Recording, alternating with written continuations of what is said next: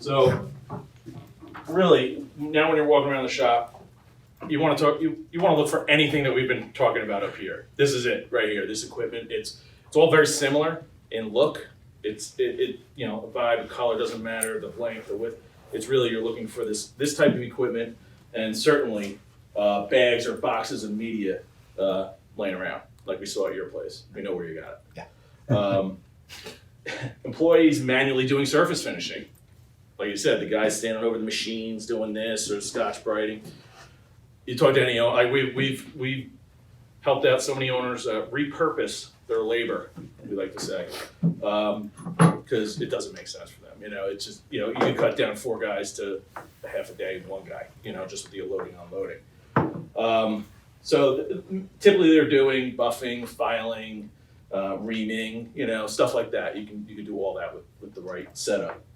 If you see part stamping or machining equipment, typically, like you said, like people wouldn't even know that you do. Typically, everybody has to have something like this. They have that one part that they got 6 years ago. They bought a piece of equipment. They thought it was just for that part, and now they don't realize that you use it for everything. Because when we sell these to people, like Steven said earlier, people will buy it for application A, see how good it works, and then it does everything else, and then they automatically start buying more equipment. Bins of parts all around the shop, like a lot of like little stamp parts. Like you see these bins, you know, like little tiny stamp parts. That's our bread and butter. And honestly, listen for it. You can't miss it. The barrel tumblers have a very specific sound, doosh, doosh, and the vibes will make you want to pull your hair out if they're not, you know, if there's not sound protection. Look for stuff like this all on the floor. The little stuff, it falls out, it goes everywhere, makes a mess. You're clink, you know, if you get stuff stuck in your shoes and you start hearing clink, clink, clink, like you're in a tap shoe, yeah, they probably have media there. I know this because I always have media in my shoes now.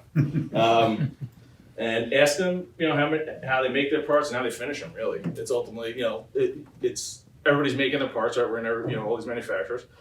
Like I said, it's amazing how many people absolutely just do not know this stuff because they just never, you know, brought it to them. So that's really. Not too much more. I mean, listen and look.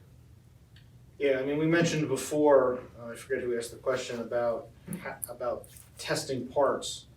That's always the best way. If you go into a shop and you see somebody that's got parts that they're manually finishing, and again, remember that mass finishing is not a precision process. So if you need to impact just one spot, like deburr one little corner of a part, but you want to leave everything else the way it is, tumbling's not the way to do it. So if you ask and that's what they're doing, that's not going to be an option. But if you're cutting out a part and you want to get soften the edges all around the part, grab a couple parts, grab a finished part, and tell them, like, do you mind if we do a test on it? And we can show you what kind of finish you can get. That's the best way to sell this stuff. Another thing to look for is just because a part looks really nice doesn't mean it's finished. Doesn't mean it's done. Sometimes we have to take a part that looks nice like this and turn it in a part that looks like this, to then bring it back to look like a part like this. So if this had sharp edges on it, looks nice, but has sharp edges, we have to process the whole part. People, like Steven says, I don't want you to touch this part. Doesn't work. It hits every single part of the part, every section of the part. So that's something. But we have a process. Can I feel a good change? So this is brass.